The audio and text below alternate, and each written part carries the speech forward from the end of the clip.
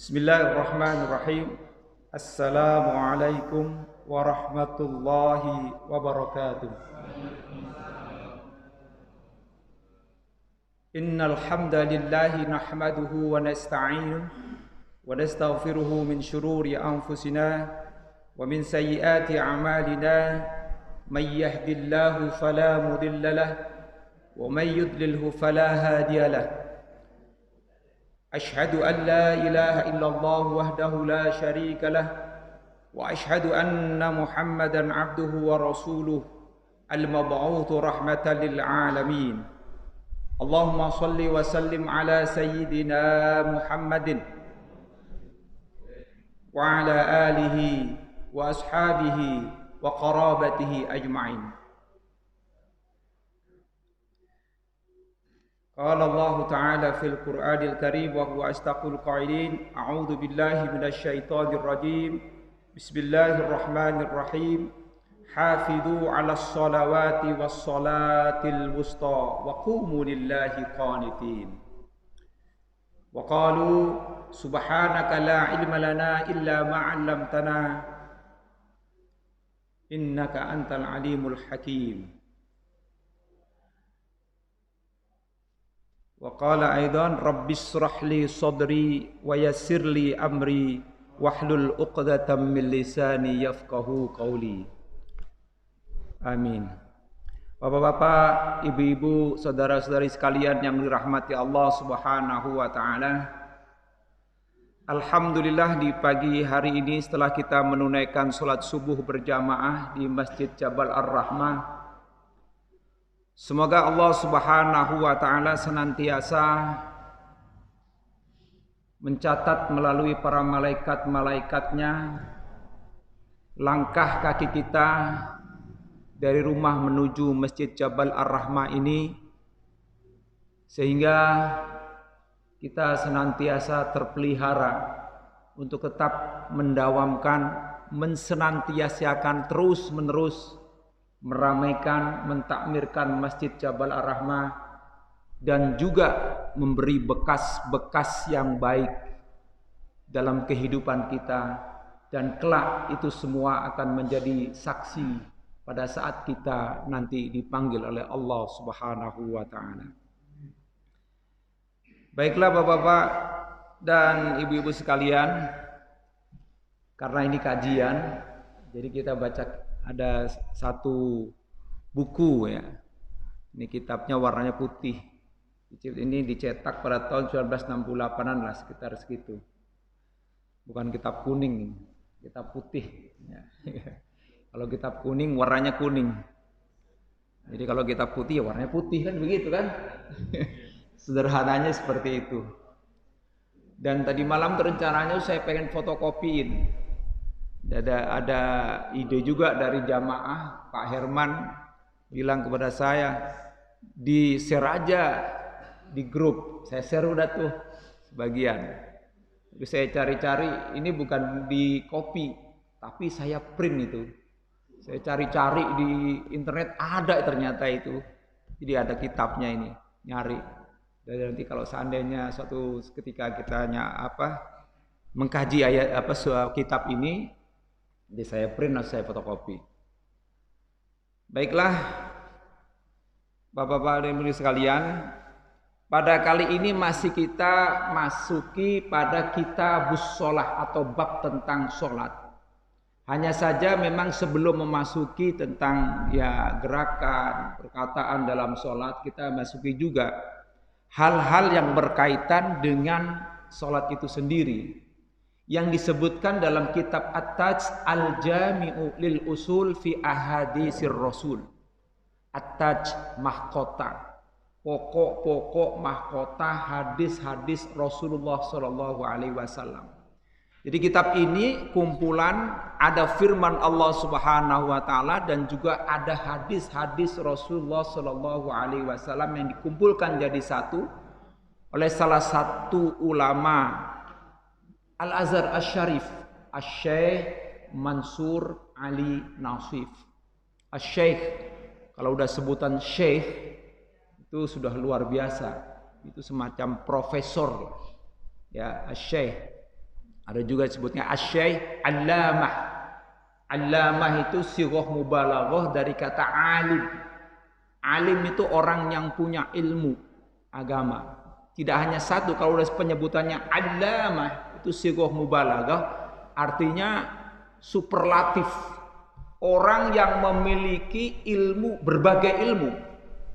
Jadi kalau dia membahas tentang tafsir atau tentang firman Allah Subhanahu wa taala, itu terkait, dia bisa menerangkan hadisnya, dia bisa menerangkan fikihnya, dia bisa menerangkan tarikh sejarahnya dan sebagainya, itu disebut dengan allamah. Jadi ilmu yang seseorang yang memiliki disiplin berbagai ilmu. Itu luar biasa. Kalau orang dulu tuh luar biasa. Ya, kalau sekarang kan profesor di bidang apa gitu ya, udah profesor ya itu aja gitu, satu bidang. Tapi kalau dulu selain dia seorang ilmuwan misalnya, teknokrat gitu ya, dia juga ahli tasawuf, dia juga ahli fikih, dia juga ahli tafsir, dia juga ahli hadis. Banyak itu ya, ilmuwan-ilmuwan dulu atau alim-alim dulu ya, ulama gitu. Pasti dia mengetahui hal-hal, baik itu ilmu-ilmu alam gitu, ilmu sosial dan sebagainya, dia mengetahui. Maka kadang-kadang disebut dengan allamah. Kalau udah ada allamah, bukan alim saja, allamah itu orang yang memiliki disiplin berbagai ilmu. Jadi kalau di Indonesia alim orang yang rajin ya ibadahnya. Tapi kalau alim di sana beda sama alim di sini. Nah, itu bedanya. Beda lagi kalau halim, nah beda lagi itu halim. Ada halim, ada hakim, nah itu samanya. Tapi tetap itu nama-nama seperti itu.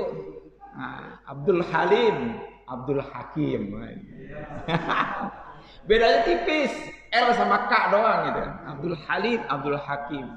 Nah, itulah bedanya nama ya. Kalau Abdul Hakim, itu doa dari orang tua itu, jangan dikira itu Pak Marno. Nah, Pak Marno juga sama, Sumarno ya Pak ya. Nah, Su itu baik ya. Marno apaan itu Pak ya? Baik juga.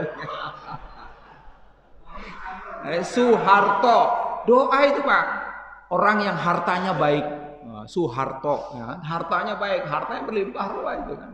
Sampai 7 turunan itu coba bayangkan. Nanti turunannya ke-8 pada miskin semua. Ya enggak ya, biasanya begitu turunan ke-7. Baik. Kita langsung masuk saja Al-Faslus Tsani. Silakan dilihat, Pak. Ya. Kita belajar aja, Pak. Nanti suatu ketika nanti difotokopiin semuanya aja nanti. Biar nanti sambil bawa pensil gitu ya, kita tulis aja. Yang namanya kajian ya kita belajarlah.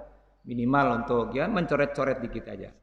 Al-Faslus Tsani halaman 137. Fasal kedua. Jadi sebenarnya al-faslu itu sudah masuk bahasa Indonesia, fasal.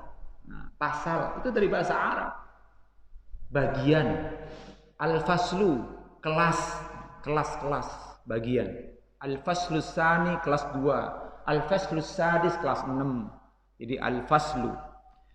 Jadi fasal kedua, fil muhafadzati, tentang atau dalam hal ya, al-muhafadzah, memelihara. Al-muhafadzah itu berasal dari kata hafizah, yahfazu. Ya, al-muhafadzah. Kata yang semakna dengan ini itu banyak. Ada al-haris. Haris juga artinya al-muhafadzah, maknanya juga sama, memelihara. Ada juga al-isam ya. Al-ismu pakai shad. Artinya juga memelihara. Maksum ya. Ada mahfuz, lauhil mahfuz. Lauh itu semacam batu ya. Kalau orang dahulu bilang lauh itu batu tulis gitu ya. Lauh untuk menulis. Lauhil mahfuz ya, di tempat yang terpelihara, di atas sana tertulis ya. Di Al-Qur'an itu lauhil mahfuz ya. Di tempat yang tinggi, tempat yang di sisi Allah SWT, lauhil mahfuz ya. Di mana di sana terpelihara. Jadi Al-Qur'an itu dahulu ya turun dari Allah Subhanahu wa taala itu dalam jumlah yang satu ya, satu. Itu langsung dari Allah, lauhil mahfuz ya. ke langit kedua ya, langit dunia maksud saya. Baik, kita lanjutkan al-muhafadzatu. Jadi banyak kata-kata al-muhafadzah. Ala sholawati. Pasal kedua tentang memelihara solat 5 waktu. As-sholawat jamak dari as-sholah. As-sholawat. As-sholah, as-sholawat maknanya bisa banyak. Bisa artinya doa, as-sholah. As-sholawat bisa artinya juga memberikan keselamatan dan memberikan kebahagiaan kepada baginda Rasulullah. Bersolawat juga bisa artinya bersolawat. Di dalam Al-Quran juga surat Al-Ahzab ayat 56, innallaha wa malaikatahu yusholluna 'alan nabi. Itu bukan berarti mereka sholat kepada Nabi, bukan. Bersolawat kepada Nabi, memberikan doa dan kebahagiaan. As-sholawat. Jadi makna sholat itu luar biasa, banyak. Ya. Kemudian masuk kepada firman Allah Subhanahu wa taala. Qala Allah taala di dalam surat Al-Baqarah ayat 238. Hafizu 'alas sholawati was sholatil wusta wa qumu lillahi qanitin. Hafizu sama dengan harisu. Tapi kalau hafizu, hafizah yahfazu. Bisa artinya menghafal, ya kan? Di dalam surah itu Al-Hijr ayat 9, inna nahnu nazzalna dzikra wa inna lahu lahafizun. Hafiz. Sesungguhnya kami yang menurunkan adzikra yaitu Al-Qur'an sebagai peringatan. Mengapa di situ Allah menyebut dengan kata adzikra? Nama lain dari Al-Quran. Nama lain Al-Quran itu banyak. Ada Al-Huda, ada Al-Bayyinah, Al-Bayan, ada Al-Dzikra, peringatan. Maka inna nahnu nazzalna dzikra, sesungguhnya kami menurunkan Al-Quran. Allah menggunakan kata kami bukan berarti Allah banyak, tetapi di sini ada sebuah proses ketika menurunkan Al-Quran. Keterlibatan malaikat Jibril, keterlibatan juga Nabi Muhammad sallallahu alaihi wasallam, keterlibatan para sahabat-sahabat Nabi yang ada di sekelilingnya beliau. Nah itu, maka lahafizun, dan kami pula kata Allah yang memeliharanya. Maksudnya apa? Kenapa kami pula yang memeliharanya? Jadi jangan Allah sendiri yang memelihara, tetapi umat Nabi Muhammad juga harus memelihara Al-Quran. Nah karena mengapa? Kalau kita sendiri menyerahkan kepada Allah, sementara kita tidak mau memelihara Al-Quran, ya tahu sendirilah, Al-Quran bakal hilang dari peredaran. Maka wajar pada saat itu ketika Umar bin Khattab di masa Khalifah Abu Bakar As-Siddiq, ya, di sebuah peperangan yang luar biasa yang disebut dengan perang Yamamah. Ya, perang besar melawan nabi palsu. Musuh nabi itu nomor 1, nabi sudah wafat. Ya, bernama Musallamah Al-Kadzab, Musailamah Al-Kadzab. Musallamah yang pendusta, mengaku sebagai nabi, ya. Akhirnya kemudian, nah itu pada saat perang itu gugur para hafiz, para pemelihara Al-Quran, para penghafal Al-Quran. Ya, gugur banyak itu. Nah, karena gugurnya sekitar ada 70 sahabat yang gugur dalam perang melawan Musailamah Al-Kadzab. Karena Musailamah Al-Kadzab ini tidak mau bertobat. Terus akhirnya dikejar sampai terpepet. Dan akhirnya Al-Wahsi yang kemarin disebutkan, ya, Al-Wahsi yang awalnya ketika waktu dia sebelum masuk Islam dia membunuh paman Rasulullah Hamzah bin Abdul Muthalib dalam perang Uhud. Terbunuhnya Hamzah bin itu yang membuat sakit hati Rasulullah, apalagi ketika pada saat dibelah dadanya, yang belah itu Al-Wahsi, diperintahkan oleh Hindun dalam film The Message atau film Ar-Risalah. Ya, tiap tahun saya nonton sama anak-anak itu ya. Itu bagus itu. Ya. dibelah dadanya, lalu kemudian diambil jantungnya, lalu digigit-gigit ya oleh Hindun. Tapi nggak kemakan, Pak, nggak dimakan. Dia sebenarnya anasa'umazziq qalbah. Dia tuh begitu bencinya kepada Hamzah karena Hamzah membunuh bapaknya dan kakaknya pada saat perang Badar. Nah, disitulah di perang, kita kembali lagi di perang melawan Musailamah al-Kadzab, gugur 70 orang penghafal Quran. Nah, saat itulah Umar ibn Khattab usul kepada Abu Bakar As-Siddiq agar mengumpulkan Al-Quran menjadi satu. Tapi Abu Bakar ini orang yang sangat taat pada Rasulullah. Abu Bakar mengatakan, wahai Umar bin Khattab, ini tidak dilakukan oleh Rasulullah, tadi tidak diperintahkan oleh Rasulullah.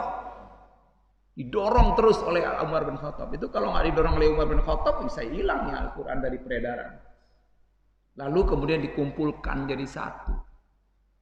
Jadi satu, itu pun masih acak-acakan, maksudnya belum serapih sekarang Al-Quran yang kita baca. Ya, masih terkumpul dari berbagai macam, baik kulit-kulit onta, pelepah kurma, ada di kayu-kayu jadi satu, kemudian jadi dikumpulkan. Nanti dicetaknya pada saat pada masa Khalifah Utsman bin Affan. Baik, kita lanjutkan. Jadi hafizu, jadi memelihara Al-Quran pun termasuk kita punya tugas. Sehingga wajar Al-Quran itu tidak akan hilang sampai, karena Allah sendiri menjamin. Kita juga menjaganya lewat kajian-kajian. Kita juga menjaganya lewat di pesantren-pesantren Quran. Kita menjaganya juga lewat di madrasah-madrasah, lewat di sekolah-sekolah, lewat di perguruan tinggi, lewat pertemuan-pertemuan halakoh-halakoh. Tidak akan Al-Quran hilang dari peredaran dunia ini. Nah, Allah sudah janji ini di dalam surat Al-Hijr ayat 9. Baik, kita lanjutkan. Hafizu 'alas sholawati. Hafizu. Ya. Peliharalah. Di sini kata-kata hafizu yang asalnya 3 abjad, ha, fa, zo. Hafizo. Bisa arti menghafal, bisa arti memelihara. Nah, artinya sebenarnya sih sama juga. Hafizu itu kalian disuruh untuk menghafal dan mengingat-ingat tentang sholat itu dengan cara memeliharanya, dengan cara mengingat-ingat. Hafizu karena ditambah dengan alif sehingga ada makna saling. Hafizu, saling memeliharalah kalian. Ya, alas sholawati terhadap sholat 5 waktu, atas sholat 5 waktu. Saling memelihara, artinya apa? Ya kita juga saling ngasih tahu ke teman-teman kita, sahabat-sahabat kita. Yuk sholat berjamaah, yuk sholat. Ini kalau tugas kayak gini, tugasnya jemaah tabligh itu luar biasa kalau jemaah tabligh. Jemaah tabligh seandainya dia tinggal di sini, waktu rumah-rumah bapak-bapak diketok-ketok yang belum pernah ke masjid, dilihat, ditengokin, di absen, diketok, assalamualaikum, Pak, ayo ke masjid berjamaah, ayo sama saya. Wah gitu. Boleh juga sebenarnya, cuman ya kita sudah beberapa kali ini banyak jemaah tabligh yang mau ke sini, tapi ya ada beberapa hari karena tidak ada yang mengizinkan ya, karena khawatir takut nanti mempengaruhi dan sebagainya. Padahal sih tidak juga, ya paling takutnya kotor dan sebagainya. Wajar ya kalau namanya jemaah tabligh tuh ya, satu sisi manfaatnya itu kelompok seperti itu luar biasa. Untuk menyebarkan agama Islam, untuk giroh kepada ibadah, itu jemaah tabligh luar biasa.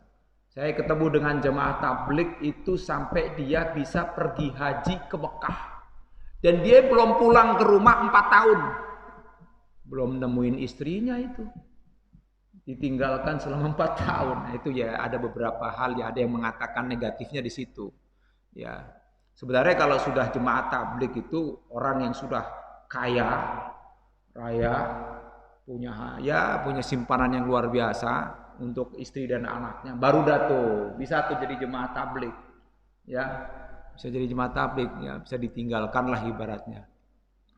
Baik, hafizu 'alas sholawati. Peliharalah salat 5 waktu. Di sini ada Nomor 5 di bawahnya ada keterangannya. As-sholawat yaitu al-khomsi, sholat 5 waktu. Fala tudayyi'uha, maka jangan kalian sia-siakan sholat 5 waktu itu.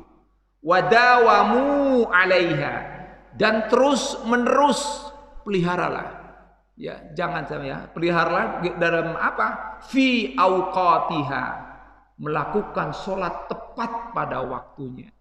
Kalau kita terus menerus melakukan sholat tepat pada waktunya, insya Allah akan kita mendapatkan kebaikan, dan kebaikan hidup dalam keadaan baik, meninggal pun juga dalam keadaan baik. Dan ketika nanti kita punya dosa, Allah ampuni dosa-dosa kita. Kayaumin waladathu ummu, seperti pada saat kita dilahirkan dari kandungan ibunda kita. Sungguh luar biasa. Nah, ini Bapak juga termasuk nih orang-orang yang mendawamkan, orang yang hafizu ala sholawati. Amin ya robbal. Termasuk ibu-ibu juga. Ya, kalau saya sebut bapak-bapak kadang-kadang ya masuk di dalamnya ibu-ibu. Ya. Jadi ini termasuk memelihara. Nah, kita lanjutkan. Wassolatil wusta, dan solat pertengahan. Ini solat pertengahan. Al-masyhur fil makna as-solatil wusta. Makna yang termasyhur yang dipahami oleh para ulama yaitu makna as-solatul wusta, yaitu solat asar.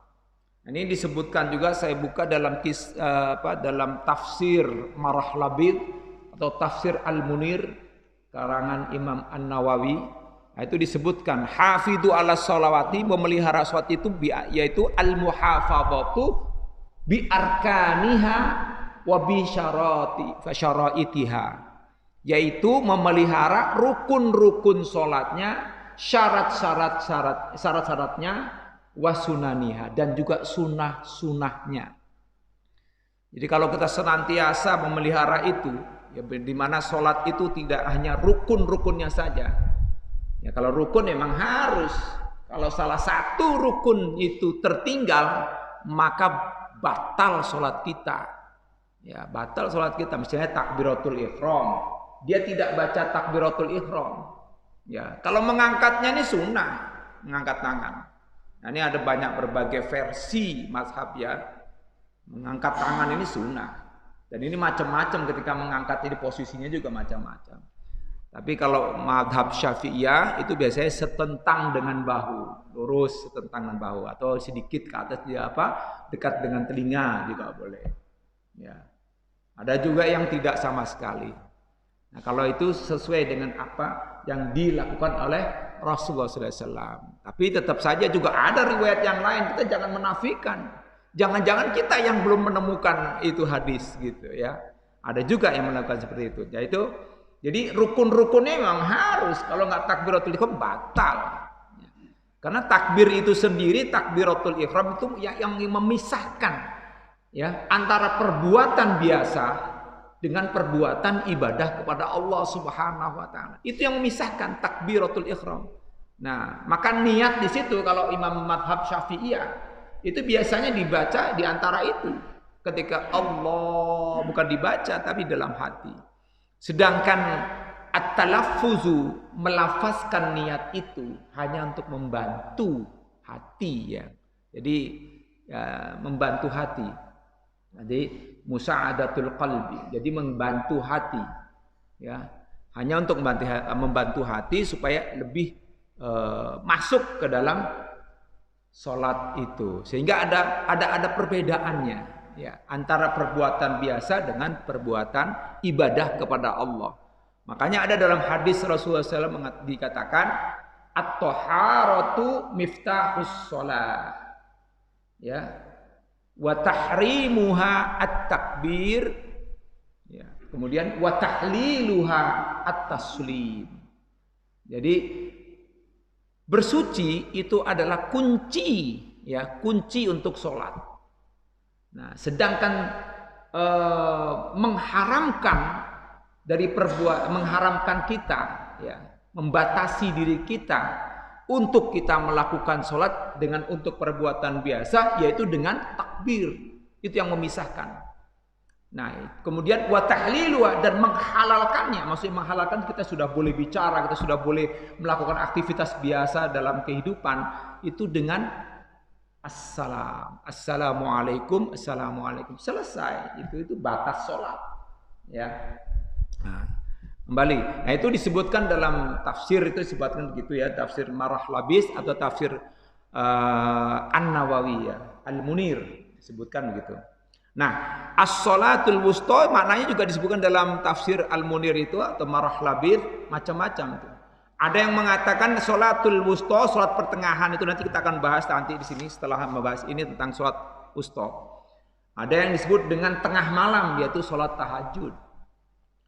Ada yang juga disebut dengan di tengah siang, yaitu sholat zuhur.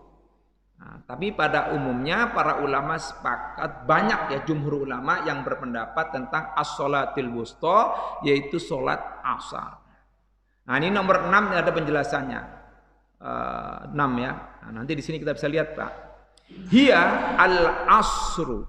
Hiya al-asri atau al-asru alal masyhuril ati ya. Ini adalah sholat asar di mana masyhur di kalangan para ulama atau sudah terkenal lah.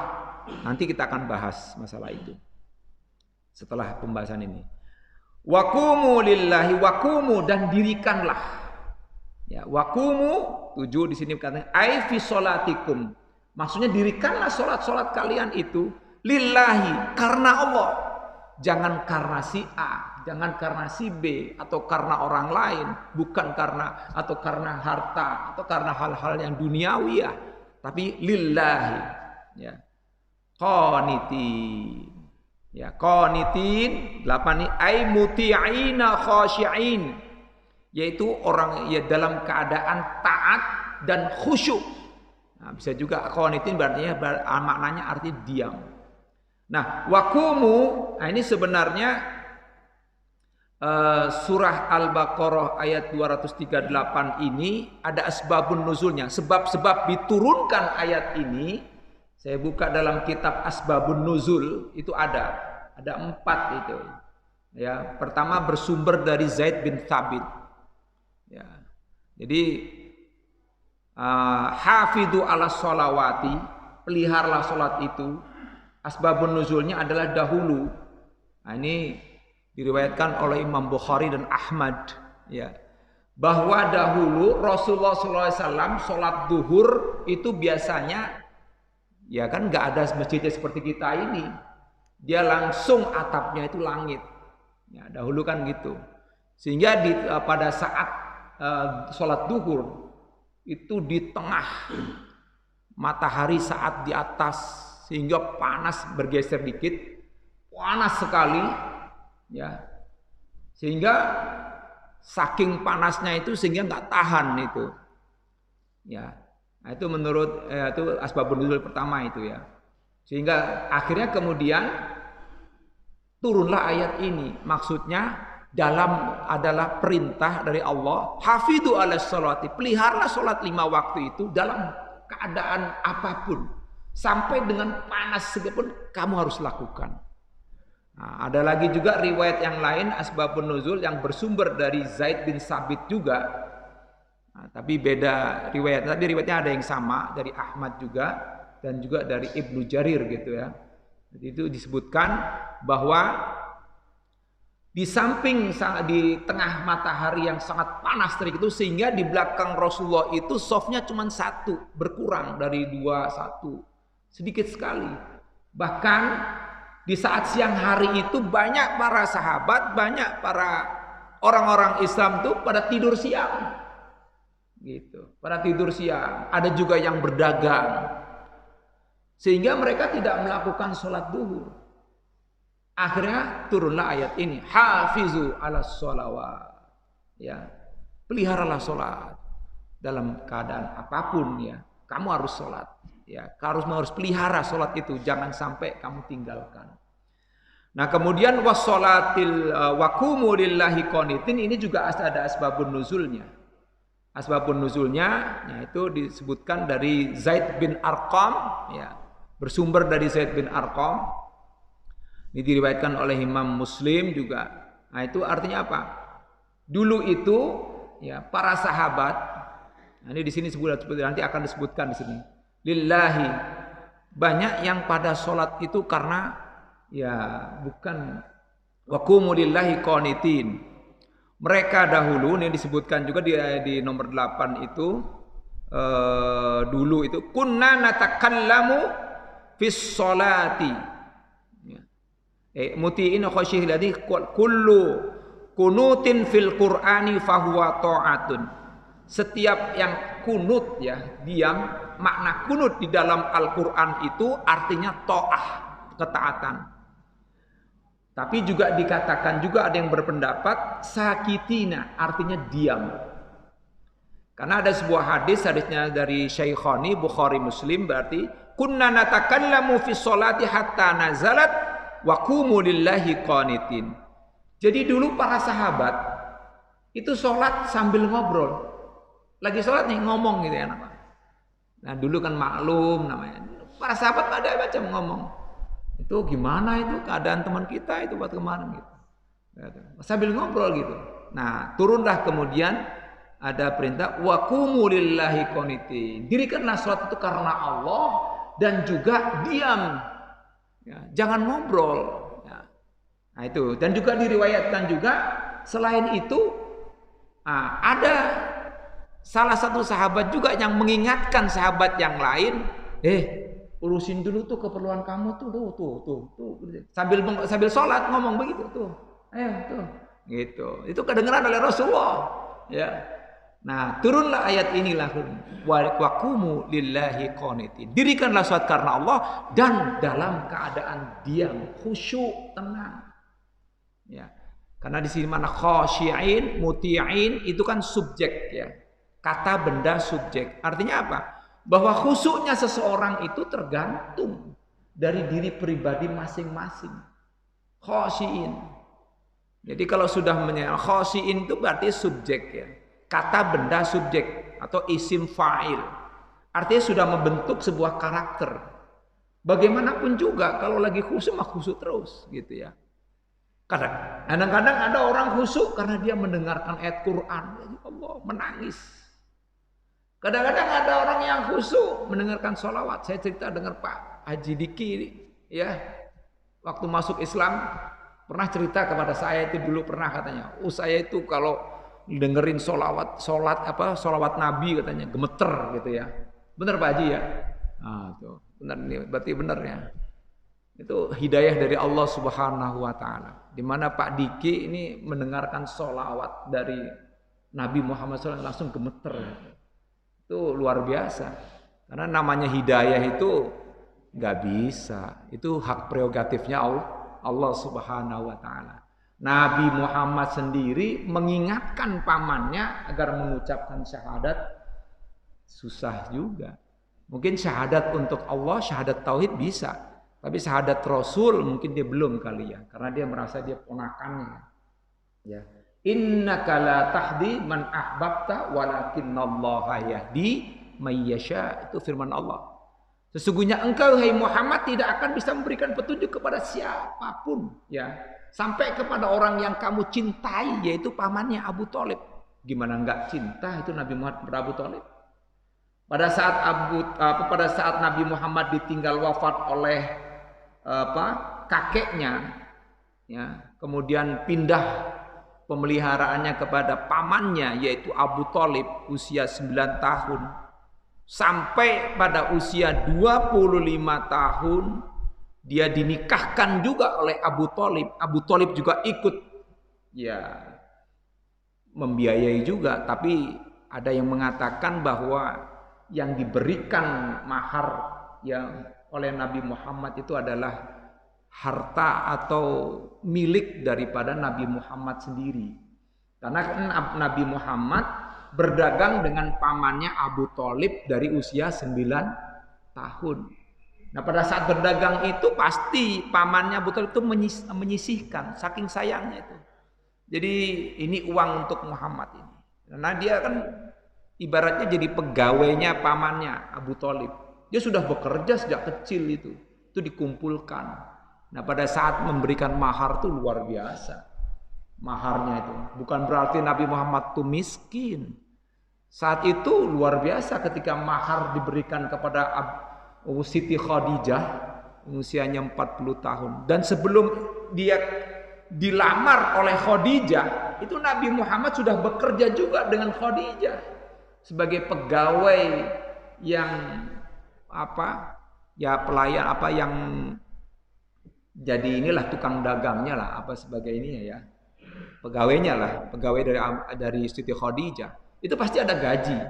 Nah, gaji itu dikumpulkan lalu kemudian dijadikan mahar untuk Khadijah. Bahkan ada yang mengatakan tuh ratusan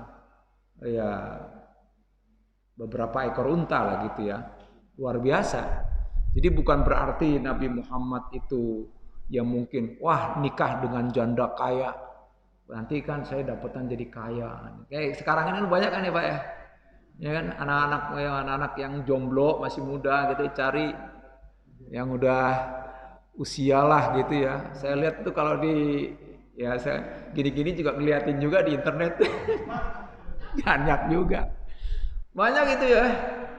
Kadang-kadang namanya cinta itu luar biasa ya. Luar biasa. Ada seorang anak SMP seneng sama ibu-ibu usia 70 tahun, Masya Allah. Luar biasa. Cintanya luar biasa itu ya. Nah itu hidayah itu. Kalau hidayah ya. Bukan hidayah itu mah usaha.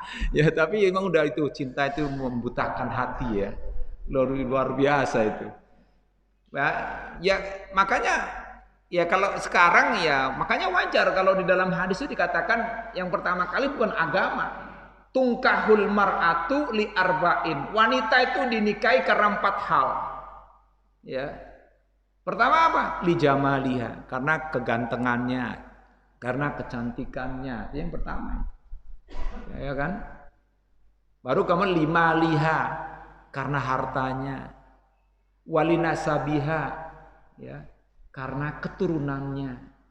Wow, itu 3 hal itu. Tapi agama disebut kepada yang terakhir, walidiniha, dan juga karena agamanya.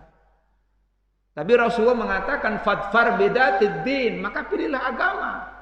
Karena agama itu tidak akan memberikan kamu kecewa. Kenapa? Kalau kecantikan ya mohon maaf ya.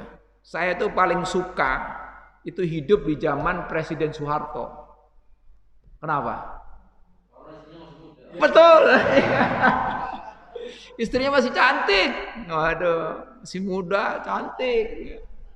Sekarang cantik. Cantik juga, Pak. Ini kedengerannya baik sono ntar ke rumah ntar. Satu gue udah tahu rahasianya ya. Ya kan? Kalau zaman sekarang lah ya, ini makanya Pak ya. Berubah Pak, cuman 10 tahun aja berubah deh. Ya mohon maaf kalau tidak bisa menjaga-jaga ya kan. Ya mohon maaf kalau nggak olahraga, nggak ini ya, tahu sendirilah. Ya. Tapi di situ muncul bukan lagi fisik ya Pak ya, tapi rahmah. Nah inilah makanya di dalam Al-Quran surat Ar-Rum ayat 21 ya. Wa min ayatihi an khalaqalakum min anfusikum azwajan litaskunu ilaiha wa ja'ala bainakum mawaddatan wa rahmah. Inna fi dzalika laayatil liqaumi yatafakkaru. Surat Ar-Rum ayat 21 itu sering itu kalau di undangan itu pasti ada tuh tulisannya, ya kan? Undangan-undangan pernikahan itu pasti ada. Dan di antara tanda-tanda kekuasaan Allah adalah Allah menciptakan dari dirimu sendiri itu yaitu seorang istri. Ya.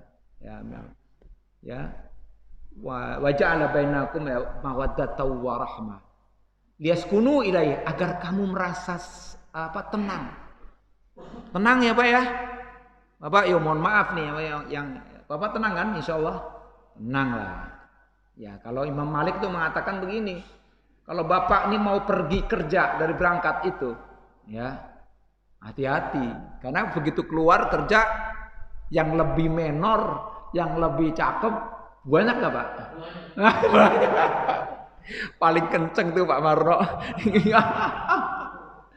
banyak Pak. Itu yang godaan itu Pak dari Allah. Jadi godaan yang luar biasa itu, bukan apa-apa yang muda segala macam, ya kan? Nah, itu kalau kata Imam Malik, segeralah ingat yang di rumah. Yang halal.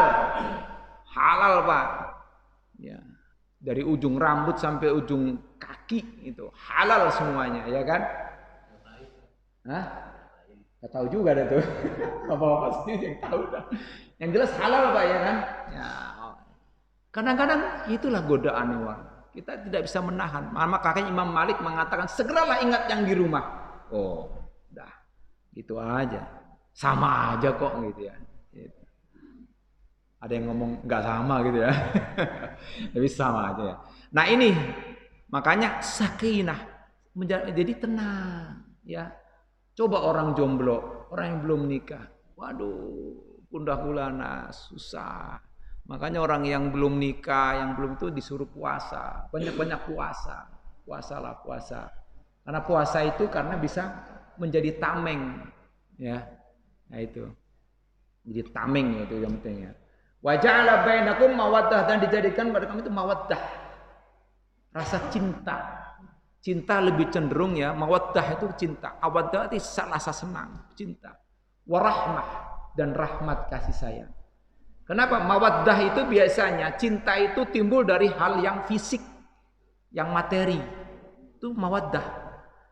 Tapi kalau sudah tidak punya, sudah tua, kemudian tidak punya, katakanlah harta sudah mulai berkurang atau mungkin sudah pensiun, ya kan? Bisa terjadi kan? Itu yang muncul bukan lagi mawaddah, rahmah, kasih sayang. Nah, kalau ada kasih sayang itu luar biasa. Ya, sudah ada ya saudara-saudara kita yang mengalami seperti ini, yang sudah sampai rahmah, luar biasa. Wa kunu lillahi qanitin, dan dirikanlah salat dengan khusyuk, dengan tenang. Hafizu ala sholawati. Ini perintah bagi kita untuk memelihara salat 5 waktu. Itu wajib. Ini baru ayatnya ini. Kita lanjutkan Pak, langsung ke hadis saja. Ya. Hadis Rasulullah sallallahu alaihi wasallam. Di sini ada keterangan wa qumu lillahi qanitin fa umirna bisukuti wa nuhina 'anil kalam. Nah, dan kami diperintahkan untuk diam dan kami tidak boleh berbicara.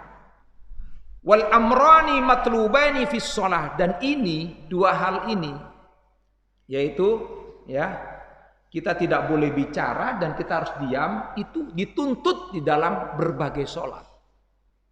Kalau Bapak sudah ngobrol, batal sholatnya. Nah, kalau madhab Syafi'iyah itu kalau sudah ngobrol, batal. Apalagi madhab Syafi'iyah ini khawatiyah, madhab khawatiyah, madhab yang sangat hati-hati. Bergerak selain dari gerakan sholat lebih dari 3 kali, batal.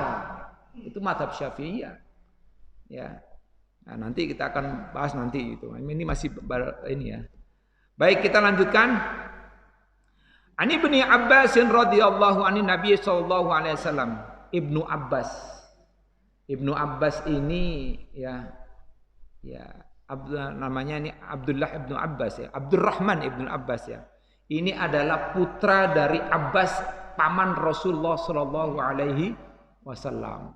Dia juga orang yang sangat, Ibnu Abbas ini, Abdullah Ibnu Abbas ini terkenal orang yang sangat ahli di dalam takwil. Karena apa? Karena didoakan oleh Rasulullah SAW. Allahumma faqihhu fid din wa 'allimhu ta'wil. Itu Rasulullah yang berdoa. Ya Allah, berikan pemahaman kepada Ibnu Abbas ya, tentang pemahaman agama dan juga takwil dalam ayat-ayat Quran. Takwil tahu nggak takwil? Takwil itu artinya apa ya? Memalingkan dari makna yang sesungguhnya. Misalnya contoh, yadullah fauqa aidihim, tangan Allah di atas tangan mereka. Bagaimana cara memahami ayat ini? Nah, di sini ada banyak pemahaman tentang ayat ini. Ada yang memahami ya sudah begitu apa adanya, ya tangan Allah, tapi tangannya jangan disamakan dengan tangan manusia. Nah, tapi kalau Ibnu Abbas itu mentakwilkan, jadi memalingkan dari makna yang aslinya. Makna aslinya tangan, tapi kemudian dimaknai dengan qudratullah, kekuasaan Allah. Kekuasaan Allah di atas kekuasaan mereka, yaitu manusia. Jadi makanya begitu. Itulah pentingnya at-ta'wil atau pentingnya tafsir. Dan juga pentingnya hadis. Kalau kita memahami Al-Quran saja, meninggalkan sunnah atau hadis, bahaya. Bahaya, banyak keliru nanti itu. Karena di dalam Al-Quran itu sifatnya banyak hal-hal yang sifatnya pemaparannya itu global. Jumlah itu global. Tidak rinci. Yang rinci itu ada juga, tapi sedikit yang rinci. Seperti masalah waris, nah itu rinci. Allah jelaskan itu rinci sekali itu kalau ahli waris yang menerima harta. Ini sangat rinci. Baik.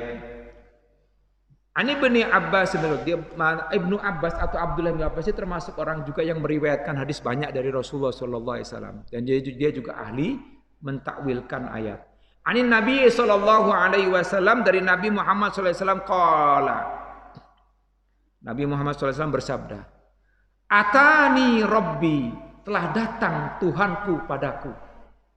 Nah, nanti kita lihat ini maknanya. Fi ahsani suratin, dalam rupa yang sangat indah. Ahsani bisa juga sangat indah. Diartikan hasan itu bisa baik, sangat baik. Surah itu rupa. Surah bisa artinya foto. Surati, fotoku ya, surah. Ya, tapi rupa yang sangat indah. Nah, ada keterangan di bawah. Yaitu nomor 9, Pak, silakan lihat. Tajalla alayya rabbi, Tuhanku menampakkan kepadaku. Jadi Allah menampakkan kepada Rasulullah sallallahu alaihi wasallam, wa kasyafa anni al-hijaba, dan Allah Subhanahu wa taala membuka hijab. Hijab itu pembatas. Ya Pak, hijab. Nah, kalau ibu-ibu kenal tuh hijab, pembatas, yang membatas itu dia penutup, bisa juga penutup. Ya, sitar ya Pak ya, itu juga artinya penutup. Jadi Allah Subhanahu wa taala itu membuka, kasyafa itu berarti fataha. Membuka, dibuka hijabnya oleh Allah, Rasulullah sallallahu alaihi wasallam itu, sehingga bisa melihat Allah Subhanahu wa taala. Fara'aituhu fin naum, tapi ini beliau melihatnya bukan dalam saat dia sadar, tapi beliau melihatnya dalam mimpi. Fara'aituhu fin naumi, maka aku lihat ia, yaitu Allah. Fin naumi, anaum, dalam tidurku, dalam mimpi. As-salatu khairum minan naum, ya kan gitu ya. Salat lebih baik daripada tidur. Ini ada juga yang kemudian kasih pemahaman ya Pak ya. Kalau baca as-salatu khairum minan naum, solahnya yang panjang, naumnya sependek. Ah, ini naumnya panjang, tidur lagi Pak. As-salatu khairum minan naum, salat lebih baik daripada tidur. Tidur aja terus. Sekarang mah kita ini di Masjid Jabal Ar-Rahmah, alhamdulillah Pak. Ya, ada Pak Haji Warno yang luar biasa. Selalu saya dengar nih, saya tunggu-tunggu suaranya itu. Kalau udah assalamualaikum warahmatullahi wabarakatuh. Wow, khas itu Pak Haji Warno ya, alhamdulillah itu ya. Kalau udah baca doa habis bangun tidur itu ya. Bismika, alhamdulillahilladzi ahyana ba'dama amatana wa ilaihin nusyur. Ya, ini termasuk hafizul sholawat ya. Sudah bisa mendawamkan itu. Kita bersyukurlah ada orang seperti itu. Ini kalau kayak ini termasuk juga yang disebut dengan marbot. Marbot itu mempunyai kedudukan yang sangat tinggi loh di hadapan Allah. Jadi misbah, termasuk juga marbot itu tidak hanya yang misbah doang Pak. Nah, jiwen ini termasuk marbot juga Pak. Jadi dikira. Bener Pak. Ini kalau nggak ada beliau nih, waduh, kita lagi begini-gini, begitu pas keluar kosong semua. Waduh, gimana? Nggak makan apa gitu. Saya itu ya. Ini kan di samping dapat berkah, dapat berkat, kan? Gitu kan? Ya gitu. Nah, URC berarti apa tuh? Ustadz reaksi cepat. Itu mah haknya saya. Saat reaksi cepat. Kalau nggak ada langsung saya muncul tuh biasanya. Bener bisa juga. Termasuk di sini juga Ustadz Indra itu termasuk marbot. Karena dahulu Rasulullah Shallallahu Alaihi Wasallam. Nah, termasuk beliau ya hafiz. Nah, apalagi kan, alhamdulillah tuh kalau udah hafiz yang jadi imam tuh saya seneng banget itu. Tahu maknanya itu luar biasa, tambah khusyuk luar biasa. Jadi kayak baca cerita gitu, ya Allah luar biasa itu. Ya kalau ini, jadi Bapak harus belajar tuh bagaimana cara pemakna itu lebih khusyuk Pak. Itu seperti baca cerita ya Allah. Membayangkan kalau udah lagi jelaskan tentang Maryam, bagaimana Maryam. Kondisi ahli surga ya Allah, kondisi ahli neraka. Astagfirullah. Itu luar biasa. Kita tidak akan mengingat, nggak bakalan kita ngeliatin orang lain. Ngapain ngeliatin orang lain? Udah sholat aja, udah ingat dengan diri sendiri. Mau orang teman kita mau begini kayak mau begini kayak mau begini mau gimana kayak mau begana, nggak usah diliatin. Ini ada teman ngeliatin. Muter ya kan, udah sholat mah sendiri aja, biarin aja, itu emang dia punya pendapat seperti itu Pak, biarin aja begini ngurusin orang ngapain, lihat ngurusin orang ngapain ngurusin orang, udah zikir ada sendiri udah, ya kan, saat itu kan. Nah itu jadi batal kita ngeliat orang, dasar itu gerakin tangan, kagak ada juga, masuk di sini, kagak khusyuk dah, musuh gitu kan, bener kan? Itu lagi sholat begini, ya kan? Ada aja sebenarnya namanya godaan setan luar biasa Pak. Bacanya Bu, itu karena nggak ngertiin bacaan itu, bacaannya lama itu. Coba kalau tahu artinya Pak Wendy kalau tahu artinya, waduh Pak enak banget Pak, bacaannya lama kagak tahu artinya susah sih ya jadi gimana gitu. Coba ini kadang-kadang kan gitu kan, liatin ada aja Pak godaannya ketika khusyuk itu luar biasa. Kita lagi sholat kan pandangan harus ke tempat sujud, kita ke tempat sujud, ngelihat tuh sajadah, bentuknya begini, itu dia kayak bentuk orang, itu bentuk orang ya. So tiba-tiba begini, itu indah banget, batik ya. Ada aja itu. Makanya ya kalau jamaah ya sholat itu, apalagi kalau pakai kaosnya kaos dagadu, waduh gawat itu. Gawat itu. Ya kalau di Jogja itu atau kaos-kaosnya itu yang di Bali itu apa, jogger ya. Nah itu lihat, waduh, kutunggu jandamu, astagfirullah min dzalik gitu kan. Ada bacanya begitu, macam-macam atau gimana itu, nauzubillah. Itu juga nggak usah perhatiin itu, udah perhatiin itu, dengerin ayat Quran yang dibaca, dengerin juga Bapak, konsentrasi kepada bacaan kita aja Pak, perhatiin. Kalau tuh, di surga. Kalau di surga nggak ada janda Pak, nggak ada Pak. Semua nanti akan kembali sama disebut dengan abqariyun hisan. Abqari itu ya usianya sama Pak, nggak ada tua, nggak ada anak-anak Pak, antara 30-an. Usia orang kalau di usia 30, 20, 25, 21 itu kan usia yang sangat-sangat seger. Pak Zulkarnain langsung seger. Mantap ya. Tapi itulah memang. Nah itu di surga seperti itu Pak. Gak ada tua, gak ada muda Pak.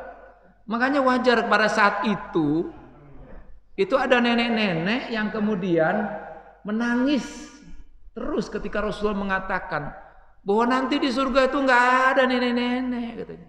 Nangis itu, dia baru sampai situ udah putus kan dia pemahamannya itu. Nggak ada aki-aki Pak. Wah, Bapak bisa aja ngomong gitu. Nanti jadi muda lagi Pak, muda ganteng, waduh.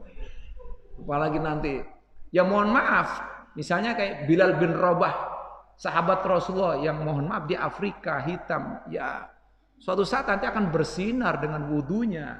Wah, luar biasa indahnya. Itu yang akan membedakan kita dengan nanti orang-orang lain pada saat kita dikumpulkan di yaumul mahsyar. Ya. Oke, kita lanjutkan, Pak. Faqala ya Muhammad. Lalu kemudian Allah berfirman kepada Nabi Muhammad dalam mimpinya itu. Ya. Ini belum saya terusin nih terangannya. Fara'aitu fin naumi, lalu aku melihatnya di dalam tidurku fi ahsani suratin, dalam rupa yang sangat indah, min ghairi tashbihin, tanpa ada perupaan. Jadi nggak bisa digambarkan, nanti diceritakan lagi itu nggak bisa. Itu halnya sama dengan Nabi Muhammad Shallallahu Alaihi Wasallam. Kalau ada orang-orang yang bermimpi bertemu dengan Rasulullah, siapa di sini ada? Belum ada ya. Saya aja juga belum. Ya, apalah. Kalau dia bisa bermimpi dengan Rasulullah, ya, iblis pun tidak bisa menyerupai wajah Rasulullah. Jadi dia luar biasa. Maka itu karunia yang sangat luar biasa. Dulu itu ada Habib Musawwa Al-Atas, ya, yang wafat pada usia 40 tahun, persis usia 40 ya. 40 itu usia stabil, usia dewasa yang mantap ya. Saat usia 40 tahun itu ya, dia diwafatkan oleh Allah Subhanahu wa taala. Dia menyatakan pernah bertemu dalam mimpinya, bertemu Rasulullah sallallahu alaihi wasallam. Begitu indahnya. Ada itu pernah saya bertanya kepada murid saya di kelas 6 waktu itu. Anak-anak, siapa yang pernah mimpiin Nabi? Gak ada yang nunjuk sih, ada satu perempuan. Saya, Pak. Namanya ingat banget, saya bilang itu Vivian Vera Adolfa. Sampai sekarang ingat banget, Pak. Pak Wendy selalu ngomong gitu. Pokoknya Pak Halim, Pak, kalau anak-anak yang cantik itu pasti diingetin. Emang bener, Pak. Bukan, Pak. Di samping cantik dia pinter, Pak. Dia juga hafiz Quran, maksudnya hafal Quran gitu. Waduh. Deket Pak rumahnya, Pak. Nih di rumahnya di sini nih, tetangga kita, Pak. Bukit. Nah, bukit situ. Sekarang udah mahasiswa kali ya. Luar orang pernah datang ke rumah saya juga. Datang ke rumah pernah. Ya datang ke rumah bawain apa kayak gitu. Wah, luar biasa taatnya dengan guru itu luar biasa. Yang diinget tuh kalau murid, Pak, yang paling pinter, paling ganteng, paling ini juara atau ranking, sama yang paling bawah itu. Yang tengah-tengah itu sulit Pak ngingetinnya.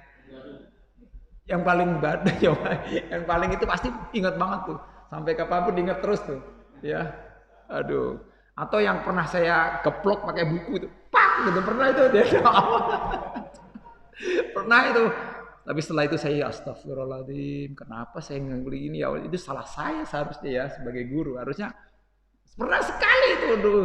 Ya karena saking ini anakku kayaknya Pak, itu kalau orang tuanya tahu mah ya bisa berantem saya sama orang tuanya.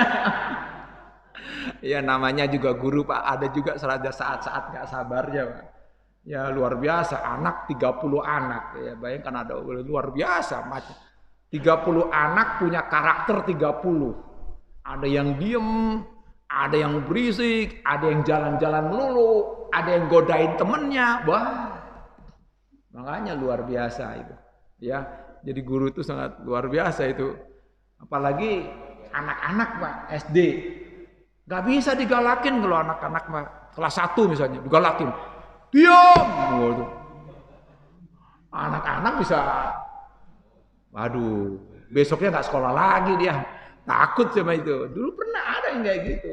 Nah kita harus tahu. Makanya Rasulullah itu selalu mengatakan, bukan Rasulullah ya, ya Rasulullah. Khatibun nasa ala qadri ukulihim.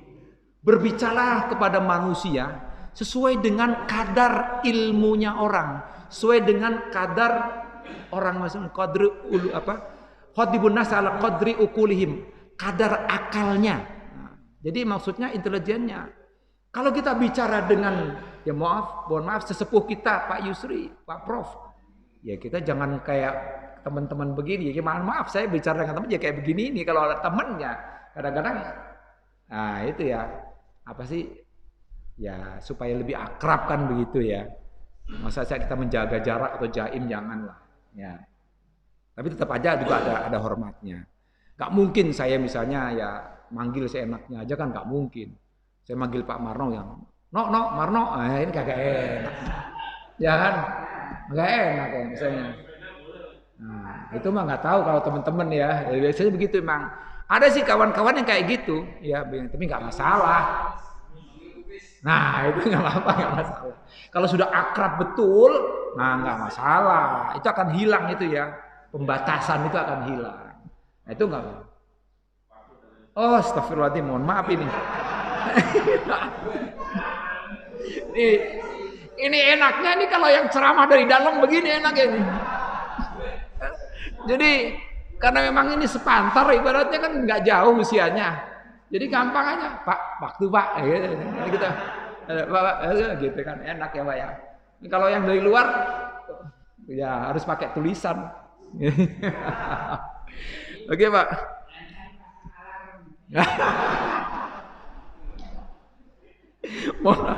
Oke, ya Muhammad. Hai Muhammad, qultu katanya. Dia katakan, qultu aku jawab, labbaika rabbi. Aku penuhi panggilanmu wahai Tuhanku. Wa sa'daik dan aku bersegera untukmu. Nah, di sini ada penjelasannya. 10 ya. Barang siapa yang dipanggil, maka hendaklah dia mengatakan labbaik. Jadi kalau dipanggil, ya Halim, labbaik. Nah, gitu. Labbaik. Ya, termasuk juga kalau kita pergi haji itu kan ya. Labbaik Allahumma hajjan. Ya. Itu niatnya itu. Labbaik Allahumma hajjan wa umratan. Boleh juga begitu. Ya, karena apa? Mengapa kita mengucapkan labbaik? Karena sesungguhnya Nabi Ibrahim alaihissalam sudah memanggil kita dahulu udah lama di Jabal Qubais saat masih nggak ada orang sama sekali. Ya sama kan nggak ada orang. Itu dia memanggil di surat Al-Hajj ayat 21 kalau nggak salah. Wa'adzin fin nasi bil haji ya'tuka rijalan wa ala kulli dhamiri ya'tuna min kulli fajjin 'amiq. Sungguh luar biasa. Jadi Nabi Ibrahim disuruh oleh Allah. Hei Ibrahim, adzin, panggil tuh orang-orang. Bingung Ibrahim tuh. Manggil siapa ya? Enggak ada orang. Dia lihat enggak ada orang wahai Rasulullah. Ya. Coba dia bilang apa? Nu'adzinin nas maksudnya kami memanggil orang. Siapa yang kami panggil? Lalu Allah mengatakan, "Adzin fa alainal bala." Udah kamu panggil aja. Aku kata Allah yang akan nanti menyampaikannya. Sehingga luar biasa. Sampai detik hari ini orang antusias untuk pergi haji, pergi umroh sangat luar biasa. Karena itu panggilan Ibrahim. Adinin nas, adin panggil. Padahal Jabal Qubais saat itu bukit itu kosong, maksudnya di bawah itu lembah itu kosong. Nabi Ibrahim di atas Jabal Qubais. Yang sekarang Jabal Qubais sudah menjadi istana. Sengaja memang didirikan istana di situ. Karena kenapa? Khawatir nanti jamaah pindah dari Ka'bah langsung pindah ke Jabal Qubais. Nah, ya tahu sendiri waktu di Jabal di Mina saja itu di bukit-bukit banyak orang itu. Waktu di Arafah bukan di Arafah, di Mina itu ya. Di Mina itu banyak di bukit-bukit tuh orang pada itu. Pada naik-naik. Jabal Rahmah juga tuh ya, pada naik, pada nulis-nulis, nyoret-nyoret, ada doa dan sebagainya. Wah luar biasa. Akhirnya sekarang itu kemudian dijadiin istana oleh Raja Arab itu. Nah itu Jabal Qubais. Baik kita lanjutkan.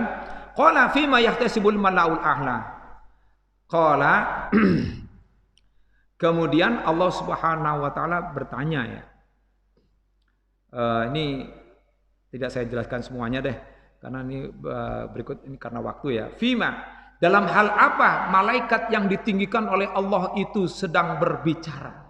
Yatahadasuna di 11 ada perkataannya ai fi ayyi syai'in yatahadasu bihi al malaikatul muqarrabuna wa yaqbidunahu wa yatabadaruna ila kitabihi. Dalam hal apa para malaikat yang didekatkan oleh Allah, yang ditinggikan oleh Allah, mereka itu mengirikan dan mereka itu kemudian buru-buru untuk mencatat. Ya.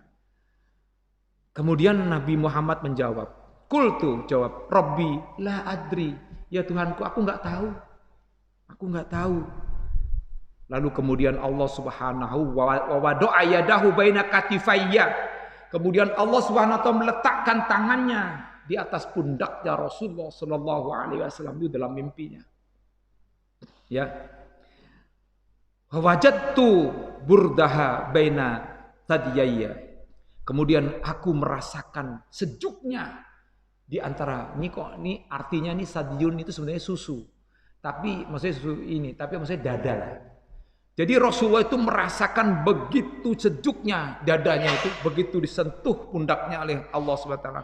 Fa'alimtu ma bainal masyriqi fil maghrib, sehingga aku itu bisa melihat ya semua yang ada di barat dan semua yang ada di timur. Ini di dalam hadis ini. Qala, kemudian Allah berfirman, "Ya Muhammad, hai Muhammad, qultu." Lalu kemudian Nabi Muhammad menjawab, "Labbaik rabbi wa sa'daik." Aku penuhi panggilan-Mu wahai Tuhanku dan aku segera untuk melaksanakan. Qala fima yahtasimul malaul a'lam. Allah bertanya lagi sampai 2 kali. Dalam hal apa para malaikat yang didekatkan oleh Allah SWT itu saling membicarakan, saling mengirikan, saling cepat untuk menulis, mencatat. Qultu, baru kemudian Nabi Muhammad menjawab, fit darajati, dalam hal derajat, wal kafarati, dalam hal kifarat, wa fi naqlil aqdami ilal jama'at, dan juga dalam hal orang itu menuju untuk melakukan sholat berjamaah. Nah, ini masih berkaitan dengan itu. Wa isbagil wudu fil makruhat, dan menyempurnakan wudunya pada saat tidak merasa enak.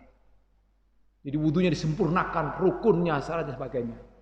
Wa intidhar sholati ba'da sholat, dan juga dalam hal orang menunggu sholat yang satu kepada sholat yang lainnya. Sungguh luar biasa. Kita juga insya Allah termasuk di situ. Amin ya rabbal alamin. Wa may yuhafid alaihinna 'asha bi khairin.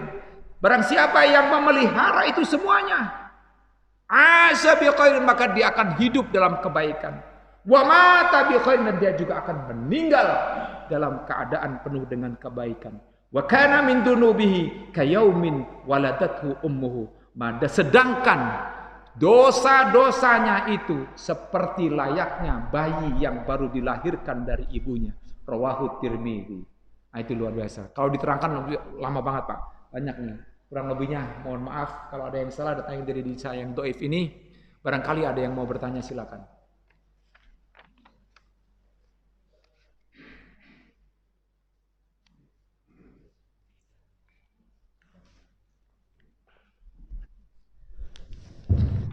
Terima kasih kepada jemaah yang ingin bertanya. Silakan. Pak Jatma. Betul. Ini masih banyak diterangkan nih Pak Haji harusnya nih. Itu nanti besok kita terangkan lagi. Ya, bismillahirrahmanirrahim. Assalamualaikum warahmatullahi wabarakatuh. Waalaikumsalam warahmatullahi wabarakatuh. Dalam memelihara salat, apakah juga setiap insan yang melakukan pemeliharaan salat itu bisa membedakan antara dia ritual dengan kekhusyuan? Karena ada jemaah yang ogah-ogahan dalam arti melakukan sholat karena memang tidak memahami apa yang dia laksanakan, sementara dia hanya melakukan secara ritual dalam arti memenuhi panggilan terus dia sholat, tetapi dia tidak bisa memaknai sholat itu sendiri. Ini gimana ini? Baik Pak. Memang di antara kita sebagian umat Islam ada sebagian yang seperti itu. Itu memang terkait dengan masalah kadar kemampuan dan keilmuan yang dimiliki, atau kadar pendidikan dia pada saat dia mempelajari agama. Kadang kita ini ya rata-rata penduduk orang Indonesia atau ya orang-orang di Indonesia pada saat masih kecil itu yang diutamakan sekali padahal. Sehingga orang tua itu memerintahkan anaknya untuk belajar agama. lebih awal, ya memang diperintahkan ya. Karena ada perintahnya juga dalam hadis Rasulullah, muru auladakum wahum abna'u sab'in wadribuhum wahum abna'u ashrin. Ya. Wa farriqu 'anil madaji'i wahum abna'u ashrin. Nah, itu dikatakan memang betul. Jadi pengaruh pendidikan atau pengaruh awal ketika mempelajari pendidikan agama ini yang kemudian mempengaruhi dirinya. Ya, ketika pada saat mungkin orang tuanya pada saat di pendidikan awal, yaitu pendidikan di masa sebelum TK atau pendidikan usia dini itu penting juga. Karena di situ keterlibatan seorang ibu itu sangat kuat gitu, perlihatan ibu-ibu itu. Sampai-sampai kemudian ada sebuah hadis mengatakan al-ummu madrasatul ula. Ibu itu adalah sekolah pertama kali. Kita bisa bicara, kita bisa ngomong A, B, C dan sebagainya. Itu karena ibu. Berterima kasih kita harus kepada ibu kita. Karena ya ayah juga bisa memberikan pelajaran, tapi kan ayah itu kan kewajibannya mencari nafkah. Sehingga jarang sekali pertemuannya itu intensitas kepada anaknya itu. Tapi kalau ibu, apalagi pada saat menyusuinya. Wah, menyusui 2 tahun itu kan diperintahkan juga dalam Al-Quran. Ya, haulaini kamilaini, hendaklah menyusui itu 2 tahun sempurna. Nah, di saat menyusui itulah ibunya itu kadang-kadang atau di saat mengayun-ayun buayan itu, ya itu disitulah pengaruh seorang ibu untuk memasukkan nilai-nilai. Ya, kadang-kadang diucapkan sholawat. Ya, sholatullah, satu macam la ilaha illallah. Nah, di saat itulah sangat kuat karena bayi yang belum masuk hal apa-apapun kecuali dari ibunya itu kuat bagaikan kaset kosong gitu ya, sehingga merekat. Jadi yang diingat pada saat kecil itu nanti akan teringat pula pada saat nanti detik-detik dia saat ya kalau yang terbaik ya itu meninggal dunia. Nah, itu pendidikan itu yang penting, pendidikan di usia dini. Ibu berperan sekali. Nah, kalau seandainya pada saat di awal itu ibunya, orang tuanya tidak mendidik agama secara ketat ya, sehingga membiarkan, bahkan misalnya sejak kecil usianya udah dikasih HP misalnya. Ini godaan luar biasa masa sekarang ini untuk anak-anak kita. Kita kasih HP. Kadang-kadang ada ibu yang kadang-kadang ini anak rewel banget sih, aduh ganggu sekali. Lebih tenang kasih HP. Akhirnya apa? Anak-anak itu sudah pinter HP. Itu luar biasa itu. Sehingga apa godaannya? Nah, kecil sudah dicekoki dengan game-game dan lain sebagainya. Sehingga pemaknaan terhadap agama itu kurang. Nah, disitulah kemudian yang membuat kemudian ketika pada saat masuk pada usia-usia tua baru kita mulai menyadari betapa pentingnya ilmu agama, betapa pentingnya pendidikan agama itu. Kadang-kadang pada saat usia SMP itu kita juga melupakan juga kadang-kadang. Ya, kalau ada orang tua yang masukkan ke anaknya ke pesantren itu sungguh luar biasa itu ya, bagus itu. Karena dia udah angkat tangan yang nggak bisa untuk mendidiknya, sehingga udahlah dilepasin aja ke pesantren, tinggal kasih uang, udah beres. 24 jam diperhatikan oleh gurunya, 24 jam. Ya, dari tidur sampai tidur lagi itu luar biasa oleh guru-gurunya di sana. Itu luar biasa, itu bersyukurlah ya kalau seandainya pernah masuk pesantren gitu ya. Tapi kan kalau bagi yang tidak masuk pesantren ini kadang-kadang sering terlupakan di usia SMP, remaja itu saat biasanya terlupakan. Karena di usia remaja itu sangat-sangat yang luar biasa. Di saat usia remaja itu di mana sudah mulai anak itu kadang tidak memperhatikan lagi ibu dan ayahnya sebagai hal yang harus dilihat. Ya, ketika masuk sekolah maka kemudian guru yang dijadikan panutan. Ya betul kan, Pak? Betul, Pak. Kita orang tua nih kadang-kadang ngajarin aja. Katakanlah matematika gitu ya. Dengan metode kita. Itu kalau beda sama yang diajarkan oleh guru, marah itu anak. Guru nggak ngajarin begitu, Pak. Nggak begitu. Guru nggak ngajarin begitu. Pokoknya guru padahal mah sama, hasilnya sama. Tapi guru ngajarinnya begitu, dia akan ngikutin gurunya. Itu pada saat usia-usia dasar ya. Tapi begitu SMP, remaja, guru udah nggak dilihat. Orang tua, guru udah nggak dilihat itu. Yang dilihat apa? Teman. Nah teman itu bahaya itu. Kalau ngajaknya baik ya luar biasa. Tapi kalau ngajaknya udah ke hal-hal yang buruk, bisa masuk narkoba dan sebagainya. Nauzubillah min zalik. Ngerokok. Nah ngerokok itu kan siapa yang ngajarin itu?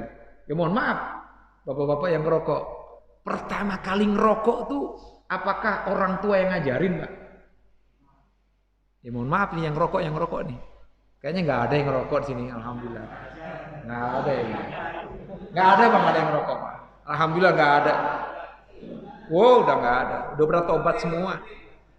Berarti mereka ini sudah nggak jadi ahli hisab lagi, udah dicabut ini hisabnya. Ya, itu biasanya dari teman.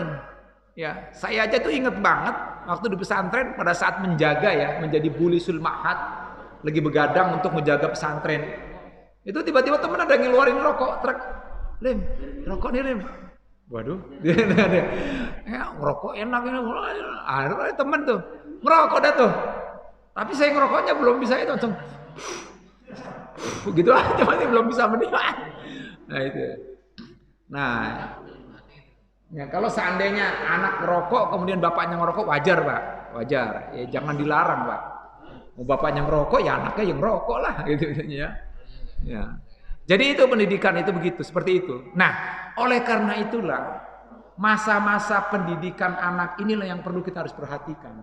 Masa usia dini kita harus perhatikan. Masa usia sekolah dasar kita harus perhatikan. Masa usia pada saat remaja, SMP kita harus perhatikan.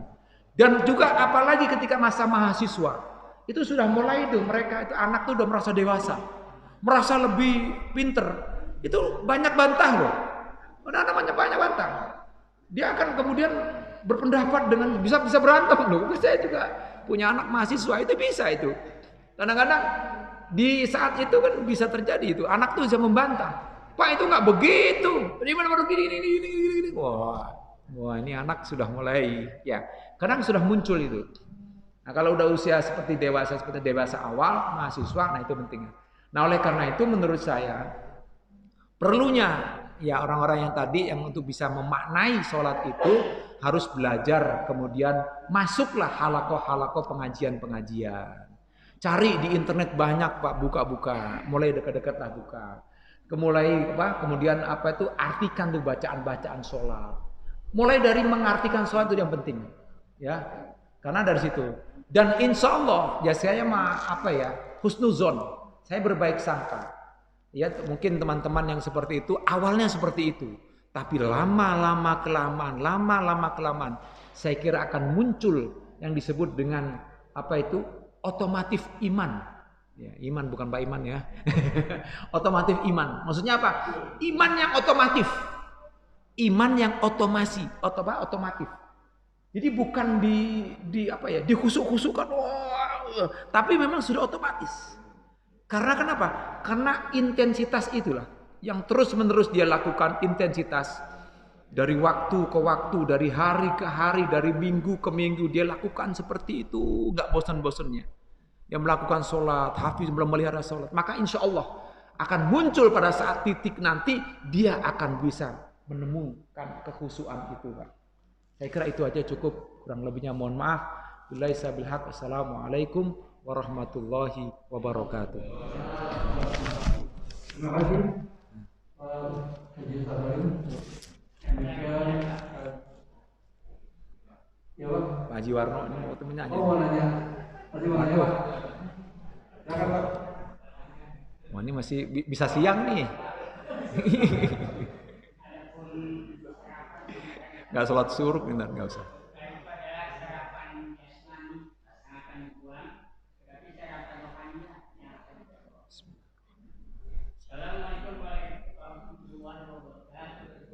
Waalaikumsalam warahmatullahi wabarakatuh.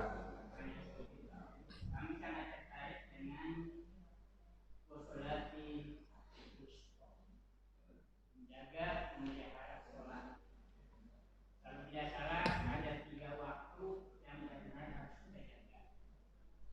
subuh, asar, dan isya.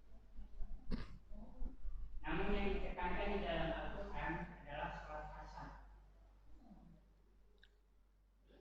Itu kalau orang Jerman bilang wanti-wanti supaya sholat asar ini benar terjaga.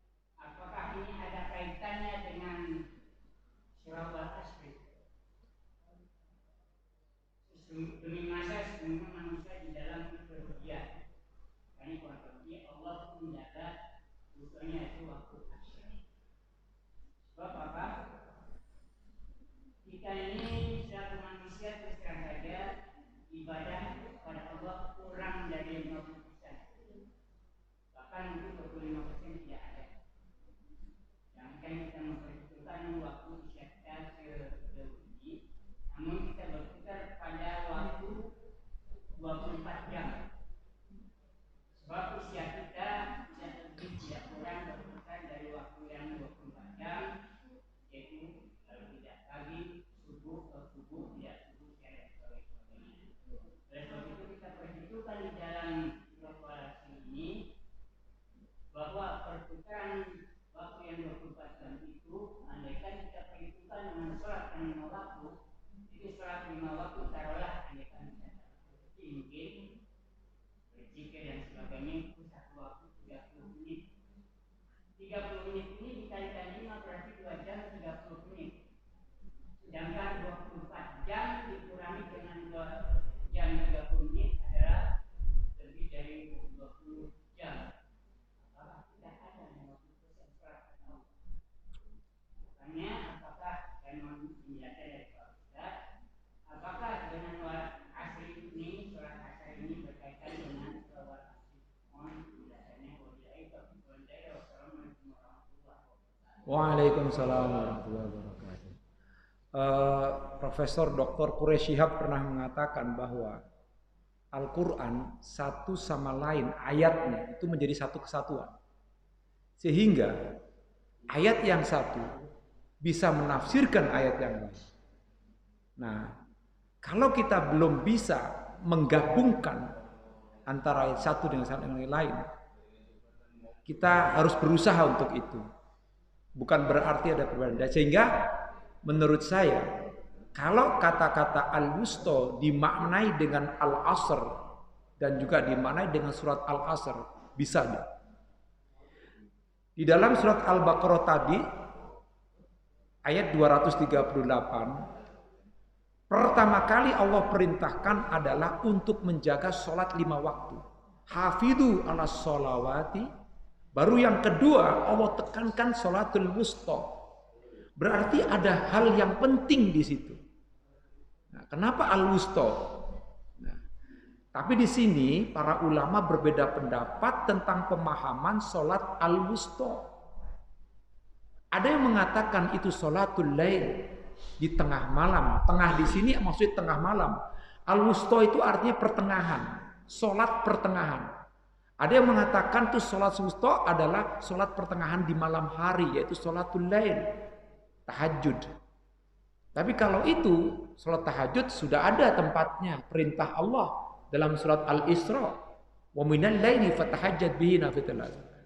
Nah, ada juga yang mengatakan ini adalah sholat duhur, karena dia betul-betul di tengah siang. Ya, di mana disebut dengan waktul hajirah, waktu yang sangat panas, di mana orang waktul hajirah sangat panas itu orang sangat pasti menghindar dari adanya terik matahari, dia akan mencari, maka disebut dengan waktul hajirah. Hajirah itu dari kata hajaro, artinya hijrah. Kalau kena panas pasti dia akan menghindar, makanya waktul hajirah, waktu di mana saat-saat orang itu menghindar.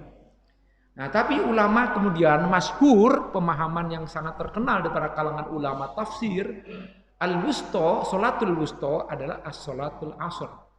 Sholat asar. Ada dua sholat yang dimana setelah sholat itu tidak ada sholat iringannya atau sholat rawatibnya, yaitu sholat subuh dengan sholat asar. Bahkan ada di kalangan di antara kita yang mempunyai pemahaman bahwa kalau ada orang meninggal misalnya sekitar habis sholat duhur, maka jangan sampai itu disolatkan setelah sholat asar. Kalau bisa segera sebelum asar pun itu luar biasa, sampai ada yang pemahaman seperti itu. Betul, mungkin dipahami seperti itu al-asr. Karena pada saat waktu asar itulah menjelang saat perubahan kalau hitungan bulan Qamariyah, asar itu adalah waktu akhir. Ya, maghrib itu sudah masuk tanggal besok. Kita sudah masuk tanggal besok. Ya kan? Kalau kita misalnya tanggal 30 Ramadan atau tanggal 29 Ramadan, maka pada saat maghribnya tanggal 29 Ramadan itu sudah masuk 1 Syawal. Maka disitulah kita disuruh untuk bertakbir. Ya kan? Bertakbir. Ya, bertakbir karena sehabis maghrib atau pas maghrib itu sudah masuk waktu Syawal. Nah, oleh karena itu, itulah di situ sebagai sebuah penggambaran waktu asar yang disebutkan ya al-asru. Al-asru itu sebenarnya maknanya apa sih? Masa. Maknanya apa? Waktu. Perhatikan waktu. Jangan lupa waktu asar. Waktu asar itu ya waktu usia-usia di antara ya sekitar 40 ke atas ya. 40 ke atas mungkin. 50 lah, 50 ke atas. Lebih ya, 50 ke atas. Saya ini berarti nih 50 ke atas. Ya 50 ke atas. Ya kalau waktu maghrib itu ya 80-an lah ya, 70-an ke atas, 80. Dan lebih 63 ke atas lah ya. Ya kalau nggak salah seperti itu. Karena kan Rasulullah mengatakan kana a'maru ummati fi sittina wa sab'ina. Adalah umatku nanti usianya antara 60 tahun sampai 70 tahun. Nah, iya, insyaallah, amin. Lebih ya, amin. Ya mudah-mudahan kita semuanya diberikan usia panjang, tapi baik amalnya. Karena disebutkan dalam hadis khairun nasi man tola umruhu wa hasuna amaluhu. Sebaik-baik manusia adalah yang umurnya panjang, baik amalnya. Wasarun nasi mantola umru wa syarra umur wa sya'a amaluhu. Seburuk-buruk manusia adalah orang yang panjang umurnya tapi jelek amalnya. Saya kira berkaitan sekali dengan masalah surat Al-Asr. Wal as innal insana lafi khusr. Karena banyak pada saat surat di waktu asar ini banyak orang yang melalaikan. Mengapa melalaikan? Karena di saat itulah orang sedang bekerja. Maksudnya sedang selesai habis mau bekerja, mau berhenti. Sehingga ada juga yang kemudian tanggung nih kerjaan untuk ini kerjain dulu lah, asar ntar aja dulu begitu. Nah, sering ada orang yang begitu yang melalaikan. Maka disebut dengan waktu asar. Maka jangan lalaikan waktu asar itu. Sehingga saya kira itu aja Pak ya. Kalau dibabarkan lagi, paparkan lebih banyak akan panjang. Baik, saya akhiri. Marilah kita sama-sama dengan membaca subhanallah bihamdi. Belum ya, langsung tutup kembalikan Pak Budi, mohon maaf. Terima kasih Pak. Harus ada ini moderator. Demikian kajian subuh kita kali ini. Atas perhatian dari jemaah sekalian kami ucapkan terima kasih. Assalamualaikum warahmatullahi wabarakatuh. Waalaikumsalam.